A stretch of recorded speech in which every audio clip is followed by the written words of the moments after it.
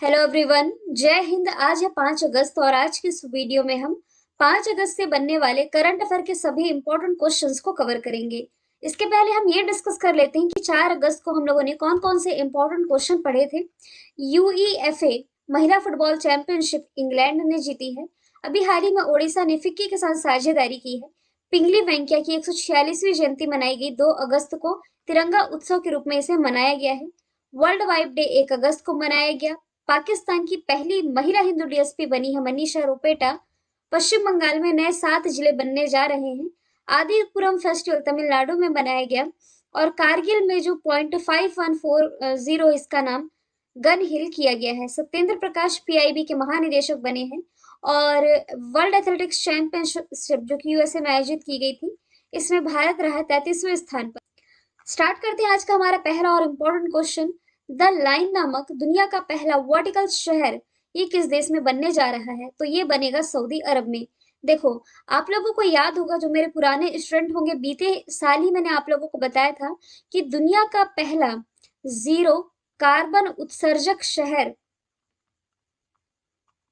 ये बनाने जा रहा है कौन? Saudi Arabia. याद है? कार्बन उत्सर्जक शहर, क्या यहाँ गाड़ियां नहीं चलेंगी? क्योंकि गाड़ियों से निकलने वाले जो कार्बन है ये वायुमंडल को प्रदूषित करता है और कहीं ना कहीं जलवायु परिवर्तन की समस्या के लिए भी ये जिम्मेदार है। तो ऐसी न्यूज आई थी कि दुनिया का पहला कार्बन उत्सर्जक जीरो कार्बन उत्सर्जक शहर सऊदी अरेबिया बनाएगा। तो इसी से आप रिलेट कर सकते हैं कि ये दुनिया का ऐसा पहला शहर बनाने जा रहा है जिसका फैलाव नहीं होगा, यानी कि बहुत दूर दूर तक ये शहर फैला नहीं होगा। ये आसमान की तरफ बढ़ते हुए क्रम में होगा। मतलब कि बहुत ज्यादा लंबा तो नहीं, 170 किलोमीटर तक फैलाव होगा, यानी कि इतना लंबा ये शहर होगा। चौड़ाई 200 मीटर होगी और ऊंचाई की ओर बढ़ते हुए ये बनेगा। कोई भी फैलाव इस शहर में देखने को नहीं मिलेगा। एक ऐसा कार होगा, सॉरी, एक ऐसा शहर होगा जो कि कार मुक्त होगा। वही मतलब है ना। अब कार मुक्त होगा मतलब कि जीरो कार्बन उत्सर्जन वाला ये शहर बनने जा रहा है। ज्यादा से ज्यादा यहाँ ग्रीनरी को प्रमोट किया जाएगा। ठीक है? क्योंकि वर्तमान में जलवायु परिवर्तन की समस्या ये भारत ही नहीं, दुनिया की मोस्टली कंट्रीज हैं जो कि झेल रही हैं और अपने अपने लेवल पर इसे कंट्रोल करने के लिए प्रयास भी कर रही है। ठीक है? ऐसे में सऊदी अरेबिया ने ऐसा शहर की परिकल्पना की है जो कि जीरो कार्बन उत्सर्जक होगा। सऊदी अरब तो इंडिया के नक्शे में आप देख सकते हैं, ये सऊदी अरेबिया के लोकेशन यहाँ से पर्शियन गल्फ होते हुए जाएंगे और यहाँ से जाएंगे तो बाबे मंडल और रेड सी होते हुए। ये आपका सऊदी अरब है। कैपिटल रियाद है। करेंसी सऊदी रियल है। प्राइम मिनिस्टर यहाँ के शाह सलमान हो जाएंगे। बात की जा रही है दुनिया के पहले शहर की, जो कि ऐसा पहला शहर जो कि वर्टिकल शहर होगा, तो ये तो सऊदी अरेबिया का हो गया। यदि मैं बात करूं जर्मनी की, तो हाइड्रोजन से चलने वाली दुनिया की जो पहली ट्रेन है ये जर्मनी ने लॉन्च की। हालांकि जापान ने भी अपनी पूरी कंट्री में लॉन्च कर दी है। चाइना की यदि मैं बात करूं तो आर्टिफिशियल सन और मून ये दोनों ही चाइना ने लॉन्च किया है।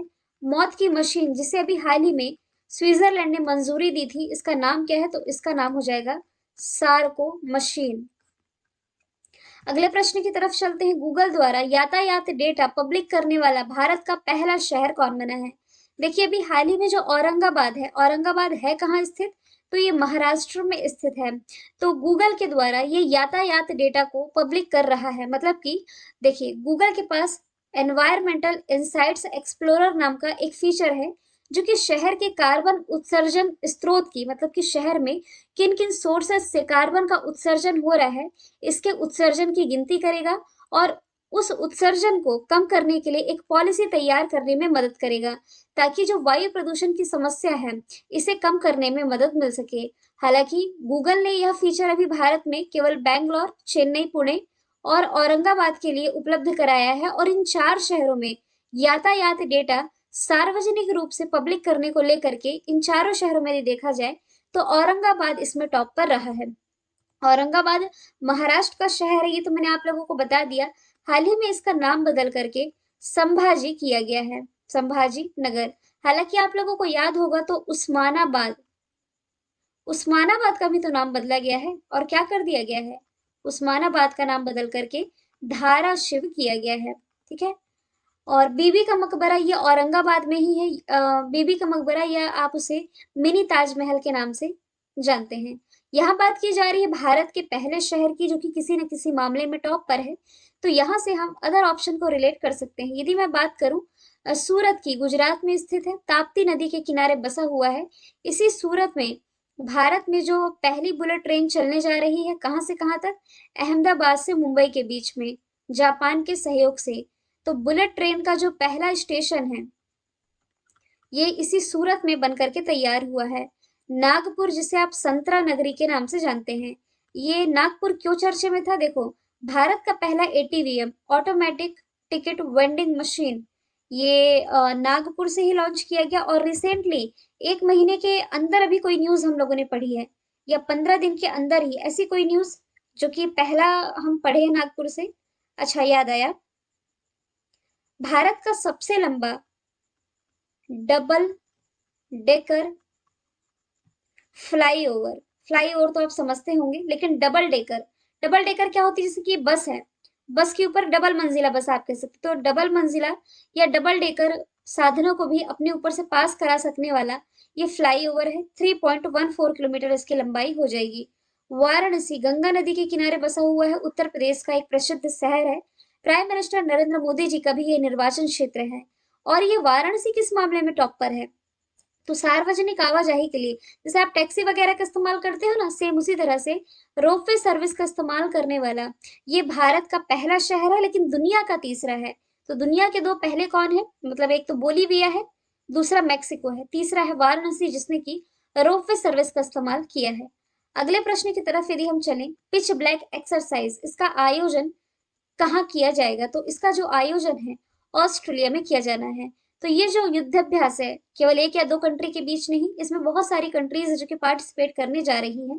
इसमें भारत भी पार्टिसिपेट करेगा, ऑस्ट्रेलिया, ऑस्ट्रेलिया का पड़ोसी, यहाँ जो न्यूजीलैंड है ये पार्टिसिपेट करेगा, कनाडा, फ्रांस, जर्मनी। अब कितनी कंट्रीज पार्टिसिपेट कर रही है तो एग्जाम का पार्ट बिल्कुल नहीं बनेगा, लेकिन ऑस्ट्रेलियाई वायुसेना द्वारा हर 2 साल में ये जो पिच ब्लैक एक्सरसाइज आयोजित की जाती है, इसमें भारत भी पार्टिसिपेट कर रहा है।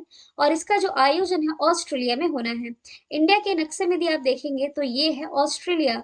ऑस्ट्रेलिया की राजधानी हो जाएगी कैनबरा, करेंसी डॉलर हो जाएगी। प्राइम मिनिस्टर जिन्होंने स्कॉट मॉरिसन याद रखा है वो चेंज कर लें, क्योंकि अब यहाँ के प्राइम मिनिस्टर एंथनी एल्बनीज बन गए हैं। पर्टिकुलर यदि आप रिलेट करोगे कि भारत की कौन सी एक्सरसाइज होती है ऑस्ट्रेलिया के साथ, तो एक नेवल एक्सरसाइज है ऑसिनडेक्स, जो कि रॉयल ऑस्ट्रेलियन नेवी और इंडियन नेवी के बीच में आयोजित है, जो कि ये किया जाता है। अभी recently ICC women's world cup का आयोजन किया गया था, जिसमें कि विजेता कौन थी? ऑस्ट्रेलिया रही थी। ठीक है, अभी T20 वर्ल्ड कप भी यही होने हैं। वियतनाम के साथ भारत के भी हाल ही में विम्बेक्स एक्सरसाइज का आयोजन किया गया है। ब्रिटेन के साथ देखो, एक तो कोंकण होती है, दूसरी यदि आप रिलेट करोगे तो अजय वॉरियर एक्सरसाइज रिलेट कर सकते हो। और जापान के साथ भी 2 एक्सरसाइज भारत की रिलेट की जा सकती है, 3 एक्चुअल में रिलेट कर सकते हो। एक तो शिन्यू मैत्री हो गई, दूसरी हो गई धर्म गार्जियन, और तीसरी जे से Japan, I for India, JIMEX exercise. अगले प्रश्न की तरफ चलें। इतिहास में पहली बार भारतीय महिला लॉन बॉल टीम ने, अभी जो कॉमनवेल्थ गेम्स चल रहे हैं इसमें कौन सा मेडल जीता है? तो पहली बार भारत ने इस प्रतिस्पर्धा में गोल्ड मेडल अपने नाम कर लिया है, साउथ अफ्रीका को हरा करके। इतना तो आप लोगों को मालूम है कि ये जो कॉमनवेल्थ गेम्स है 1930 में इसकी शुरुआत हुई। हैमिल्टन, कनाडा में पहली बार ये आयोजित किया गया था, और अभी इसका 22वां संस्करण है, इंग्लैंड के बर्मिंघम में आयोजित किया जा रहा है। गेम्स फॉर एवरीवन इसका मोटो है, और शुभंकर यानी कि मस्कट हो जाएगा पेरी द बुल। ठीक है, अगले प्रश्न की तरफ चले हम, जो कि अपॉइंटमेंट से रिलेटेड है। वर्ल्ड बैंक के नए प्रमुख कौन बने हैं? हाल ही में जो अगस्त्य तानो कौमे हैं ये बन गए वर्ल्ड बैंक के नए प्रमुख। अभी रिसेंटली कुछ दिन पहले मैंने आप लोगों को बताया था कि वर्ल्ड बैंक के नए मुख्य अर्थशास्त्री जो बने हैं ये इंदर मितगिल भारत के हैं, ये बने हैं। कारमेन रेनहार्ट का इन्होंने स्थान लिया था। और अभी वर्ल्ड बैंक के नए प्रमुख के रूप में अगस्त्य तानो ने स्थान ले लिया है। किनका स्थान लिया है? जुनैद कमाल अहमद का। बैंकों का बैंक वर्ल्ड बैंक, जो कि लॉन्ग टर्म लोन प्रोवाइड कराता है 30-40 साल तक का। 1944 में इसकी स्थापना हुई, लेकिन संचालन इसका इसके 1 साल बाद यानी कि 1945 से शुरू हुआ था, वॉशिंगटन डीसी में इसका और आईएमएफ दोनों का हेडक्वार्टर है। डेविड मलपास 13वें क्रम के अध्यक्ष है और ये अमेरिका से बिलोंग करते हैं। भारतीय मूल की जो अंशुला कांत है, जो कि पहले एसबीआई में एमडी थी, ये इसकी सीएफओ हैं और अभी हाल ही में मुख्य अर्थशास्त्री इंदरमित गिल बन गए हैं। और डूइंग बिजनेस रिपोर्ट ये एक प्रमुख रिपोर्ट है जो कि वर्ल्ड बैंक के द्वारा रिलीज की जाती है। Doing business report. Haitham Al Ghais ये OPEC organisation of petroleum exporting countries, जिसका हेडक्वार्टर वियना ऑस्ट्रिया में स्थित है, इसके प्रमुख बने हैं। अच्छा, वियना से कुछ याद आया आप लोगों को, यदि रिलेट कर पाओ तो? दुनिया का मोस्ट लिवेबल सिटी वियना ही बना है। नकोजी अंकोजी वर्ल्ड ट्रेड ऑर्गेनाइजेशन की पहली महिला अध्यक्ष बनी है। वर्ल्ड ट्रेड ऑर्गेनाइजेशन का भी जो 12वां मंत्री स्तरीय बैठक है ना, ये जेनेवा में आयोजित की गई थी। बाकी ऑप्शन हम लोगों ने डिस्कस कर लिए हैं। अगले प्रश्न की तरफ चलते हैं, ये भी अपॉइंटमेंट से रिलेटेड है। केंद्रीय सतर्कता आयुक्त के रूप में किसकी नियुक्ति की गई है? अभी हाल ही में जो सुरेश एन पटेल हैं, ये भारत के केंद्रीय सतर्कता आयुक्त बन गए हैं। इसके पहले संजय कोठारी थे, इनके पहले मतलब 2020 से ये पद खाली था। अब आप लोग सोच रहे होंगे कि अपॉइंटमेंट वाला वीडियो मैंने कवर कराया था, तब तो मैंने उसमें यही बताया था कि चीफ विजिलेंस कमीशन है, जो केंद्रीय सतर्कता आयोग के जो प्रमुख हैं, ये सुरेश एन पटेल ही हैं। लेकिन मैं आपको बता दूं कि सुरेश एन पटेल जो हैं, ये पहले कार्यकारी अध्यक्ष थे इसके, यानी कि एक्टिंग प्रमुख थे, लेकिन अभी फाइनली इन्हें इसके प्रमुख के रूप में नियुक्त कर दिया गया है। और द्रौपदी मुर्मू ने इन्हें शपथ भी दिला दी है। वही द्रौपदी मुर्मू जो कि भारत की पहली महिला आदिवासी राष्ट्रपति बनी है और 15वें क्रम की राष्ट्रपति बनी है। तो केंद्रीय सतर्कता आयुक्त की नियुक्ति राष्ट्रपति द्वारा एक समिति की सिफारिश पर की जाती है। इस समिति में कौन कौन शामिल होते हैं? प्रधानमंत्री, गृह मंत्री और लोकसभा में विपक्ष के नेता भी शामिल होते हैं। ये एक भ्रष्टाचार विरोधी सरकारी निकाय है जो कि 1964 में स्थापना हुई थी। किसकी सिफारिश पर? तो के संथानम की सिफारिश पर। इसे वैधानिक दर्जा कब दिया गया? 2003 में। अक्सर इसमें कंफ्यूजन होता है स्थापना को लेकर के और दर्जा दिए जाने को लेकर के, तो हमेशा याद रखना स्थापना 1964 और इसे वैधानिक दर्जा मिला 2003 में। राजीव कुमार जो है ना, ये प्रेजेंट टाइम में हमारे इलेक्शन कमीशन ऑफ इंडिया है। SL थाउसन ये भी हाल ही में आईटीबीपी का एडिशनल चार्ज संभाल रहे हैं। और जो संजय अरोड़ा है, इनकी नियुक्ति भी हाल ही में दिल्ली पुलिस आयुक्त के रूप में कर दी गई है और इन्होंने राकेश अस्थाना का स्थान ले लिया है। अगला प्रश्न भी अपॉइंटमेंट से रिलेटेड है। प्रधानमंत्री ऑफिस में निदेशक के रूप में किसकी नियुक्ति की गई है? तो अभी हाल ही में जो श्वेता सिंह है, इनकी नियुक्ति प्रधानमंत्री कार्यालय में प्रमुख के रूप में कर दी गई है, जो कि 2008 बैच की आईएफएस ऑफिसर है। 3 साल के लिए यहाँ पदभार संभालेंगी। प्रधानमंत्री के निजी सलाहकार के रूप में अभी हाल ही में तरुण कपूर की नियुक्ति की गई थी। जबकि नीति आयोग के जो उपाध्यक्ष रिसेंटली कौन बनाए गए हैं? सुमन berry. CEO Parameswaran Iyer. NITI Aayog central board of direct tax के अध्यक्ष हो जाएंगे। अभी देखो, अभी 2 दिन पहले मैंने आप लोगों को बताया था कि 54 रामसर स्थल हैं। इसके पहले 49 थे, 49 के बाद 5 और ऐड हुए, तो कितने हो गए? 54। 54 याद रखा था, अब 10 और ऐड हो गए हैं, मतलब कि टोटल टोटल अब एट प्रेजेंट 64 रामसर स्थल हैं। इतना लंबा तो नहीं पूछा जाएगा कि सभी का नाम बताओ, लेकिन कुछ इंपॉर्टेंट स्थल है जो कि एग्जाम का पार्ट बन जाते हैं, तो वो मैं बता देती हूँ आप लोगों को। यदि पूछा जाए अभी अगस्त 2022 तक टोटल कितने हो रहे हैं, तो 64। Option number C right answer इसका हो जाएगा। इन 10 नए स्थलों में आप देख पा रहे हैं मोस्टली तमिलनाडु के हैं, गोवा के भी, कर्नाटक, मध्य प्रदेश और ओडिशा के भी शामिल हैं, है ना। तमिलनाडु के तो 6 हैं, इन 10 में से 6 आप तमिलनाडु के देखेंगे। कोंथनकुलम पक्षी अभ्यारण्य, मन्नार की खाड़ी, वेलोड पक्षी अभ्यारण्य, बेमनूर वेटलैंड कॉम्प्लेक्स, बेंदाथंगल पक्षी अभ्यारण्य और उदयमर्थनपुर पक्षी अभ्यारण्य। 6 तमिलनाडु के हुए।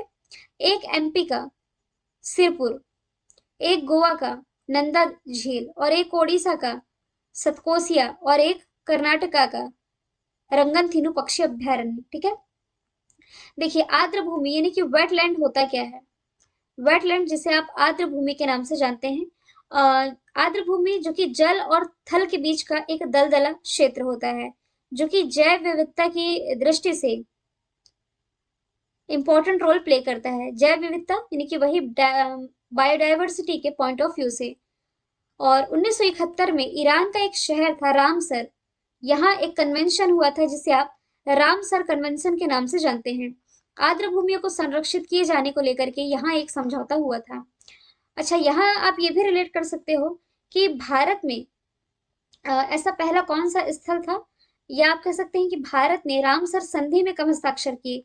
रामसर संधि कन्वेंशन हुआ था 1971 में, लेकिन भारत ने इसमें हस्ताक्षर किए 1982 में। और यदि पूछा जाए कि भारत की पहली रामसर साइट कौन सी थी, तो ये थी चिल्का लेक। कहाँ है इतना आप लोगों को मालूम है, ओडिशा में है। और केवला देव नेशनल पार्क, ये दोनों को पहली बार शामिल किया गया था। और चिल्का लेक आप जानते हुए सबसे भारत में सबसे खारे पानी के लिए लेक है उड़ीसा में, जहां भी हाल ही में कैट फिश सेंसस, दुनिया की पहली कैट फिश सेंसस की शुरुआत है जो कि ये की गई है। ठीक है, और केवला देव ये आपका राजस्थान में हो जाएगा। और और एडिशनल क्या याद रख सकते हो कि भारत का यदि पूछा जाए सबसे बड़ा रामसर स्थल कौन सा है, तो पश्चिम बंगाल का सुंदरबन डेल्टा। और सबसे छोटा पूछा जाए तो हिमाचल प्रदेश में जो रेणुका है। चलो यहाँ मैं लिख देती हूँ, या नहीं भी लिखती, ओरली बता देती हूँ। जो सुंदरबन डेल्टा मैंने बताया है ना, ये 4230 वर्ग किलोमीटर में फैला है।